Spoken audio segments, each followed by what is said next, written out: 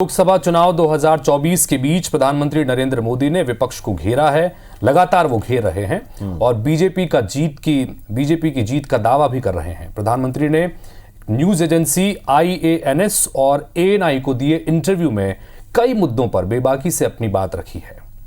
चलिए, तो ये देश भर में इंटरव्यू देखे जा रहे हैं, तो IBS24 के दर्शक भी इन दोनों इंटरव्यूज को देखें, क्योंकि चुनाव के दौर में नेताओं को देखकर, सुनकर, समझकर सही परख के साथ आप चुन सकते हैं। और अब केवल देश की 57 सीटों पर वोटिंग बची है, तो IBS24 के दर्शकों के लिए भी इन दोनों न्यूज एजेंसियों को दिए गए इंटरव्यू की झलक है। देखें आप।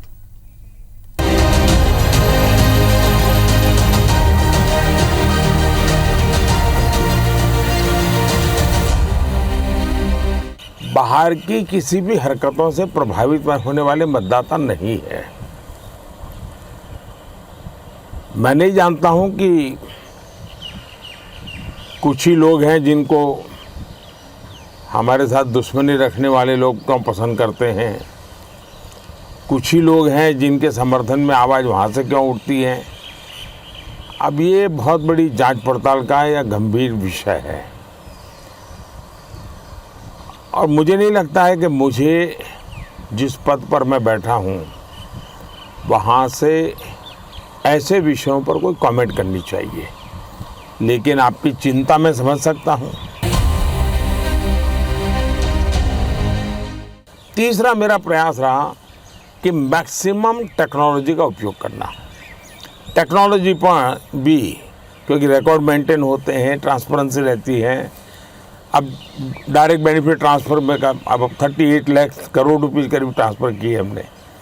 अगर राजीव गांधी के ज़माने की बात करें कि 1 रुपया जाता है 15 पैसा पहुंचता है, तो 38 लाख करोड़ तो हो सकता है 25-30 लाख करोड़ रुपया ऐसे ही गबन हो जाते। तो हमने टेक्नोलॉजी का भरपूर उपयोग किया है। जहाँ तक करप्शन का सवाल है,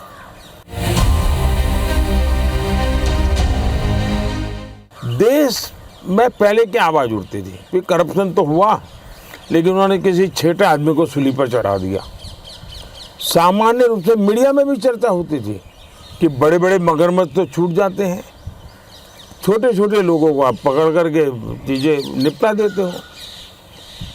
फिर एक काले खंड ऐसा आया कि हमें पूछा जाता था 19 के पहले कि आप तो बड़ी बड़ी बातें करते थे, क्यों कदम नहीं उठाते हो, क्यों अरेस्ट नहीं करते हो, क्यों लोगों को ये नहीं करते। हम कहते भाई हमारा काम नहीं है, ये इंडिपेंडेंट एजेंसी कर रही है कि अब मगरमच्छ पकड़े जाने लगे हैं, तो हमें सवाल पूछा जा रहा है कि मगरमच्छों को क्यों पकड़ते हो। ये समझ में नहीं आता है कि कौन सा गैंग है, खान मार्केट गैंग, जो कुछ लोगों को बचाने के लिए इस प्रकार के नैरेटिव घड़ती है। पहले आप ही कहते थे छोटों को पकड़ते हो, बड़े छूट जाते हैं। जब सिस्टम ईमानदारी से काम करने लगी, बड़े लोग पकड़े जाने लगे, तो अब आप चिल्लाने लगे हो। दूसरा, पकड़ने का काम एक इंडिपेंडेंट एजेंसी काम करती है। उसको जेल में रखना कि बाहर रखना, उसके प्रति केस ठीक है कि नहीं है, ये न्यायालय तय करता है।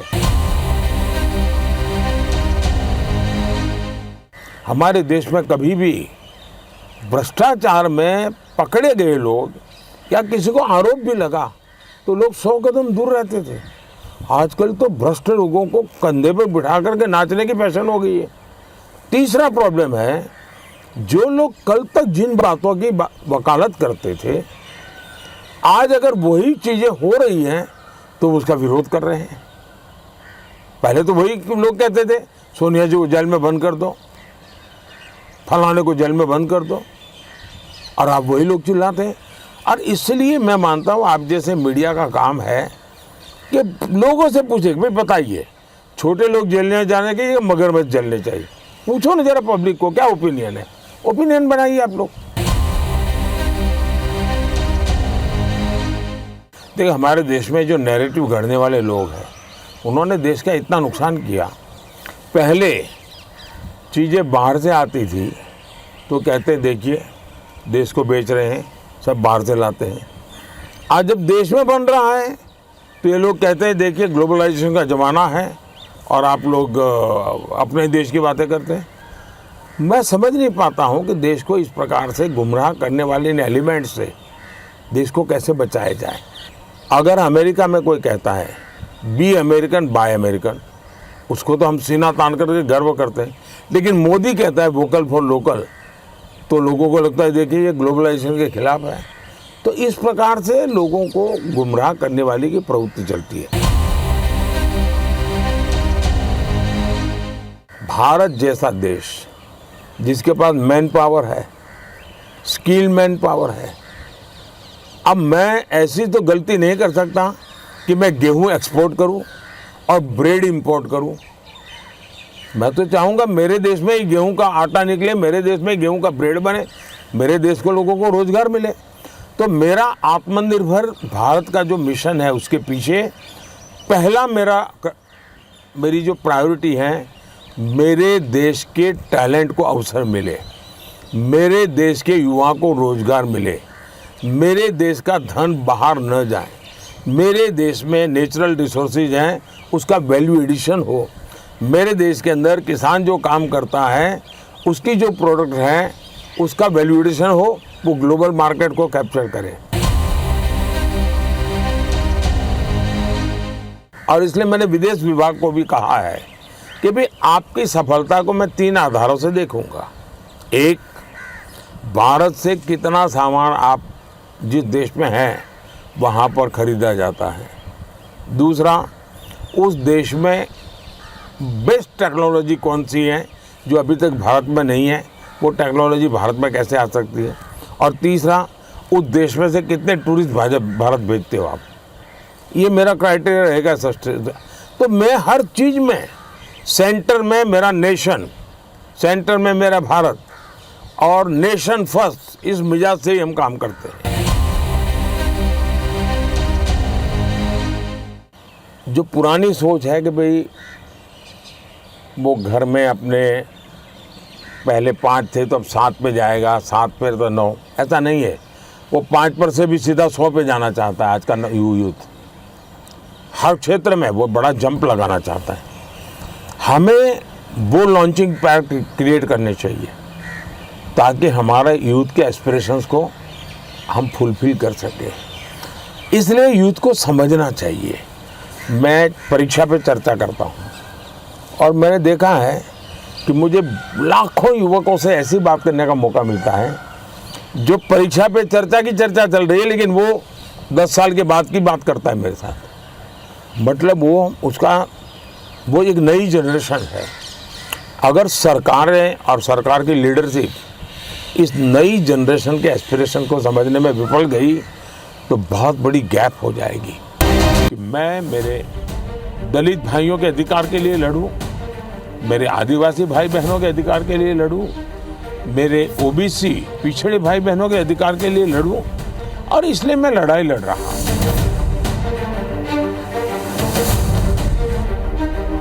देखा जाए तो काफ़ी अच्छे संबंध थे नवीन पटनायक जी के साथ। उन्होंने कई मुद्दों पर आपको सपोर्ट किया।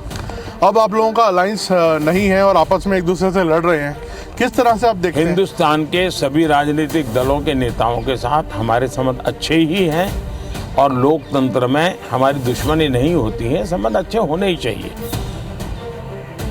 अब सवाल ये है कि मैं मेरे संबंधों को संभालूं कि उड़ीसा के भाग्य की चिंता करूं। तब मैंने रास्ता चुना कि मैं उड़ीसा के उज्जवल भविष्य के लिए अपने आप को खपा दूंगा। उसके लिए मेरे संबंधों को मुझे अगर बलि चढ़ाना पड़ेगा तो मैं उड़ीसा की भलाई के लिए बलि चढ़ाऊंगा और चुनाव के बाद मैं कन्विंस करूंगा हर एक को कि भाई मुझे किसी की दुश्मनी नहीं है। लेकिन 25 साल से उड़ीसा में प्रगति नहीं हो और सबसे बड़ी चिंता ऐसी है कि एक ऐसी टोली है जिसने पूरे उड़ीसा की व्यवस्था को कब्जा कर लिया है। ऐसा लगता है पूरी व्यवस्था को बंधक बना दिया है, और जब इतना बंधक बना दिया है तो बहुत स्वाभाविक है कि उड़ीसा अगर उस बंधनों से बाहर आएगा तो उड़ीसा खिलेगा। कश्मीर में हम इस बार देख रहे हैं रिकॉर्ड वोटिंग हो रही है।